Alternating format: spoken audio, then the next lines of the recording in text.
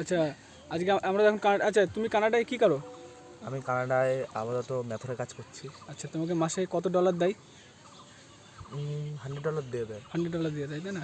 আর এখানে কী কী ফেসিলিটি আছে? ওখানে ফেসিলিটি বলতে গেলে তুমি ওখানে সবাই হাঁকবে, তুমি হাঁকাটা ভালো করে পরিষ্কার করে দিতে পারবা, ঠিক আছে? পরিষ্কার করে দিলে তোমাকে $100 দিয়ে দেবে সঙ্গে সঙ্গে, ঠিক আছে? ওখানে কোনো মাইনেটের ব্যাপার থাকে না ওখানে মাসের, ঠিক আছে?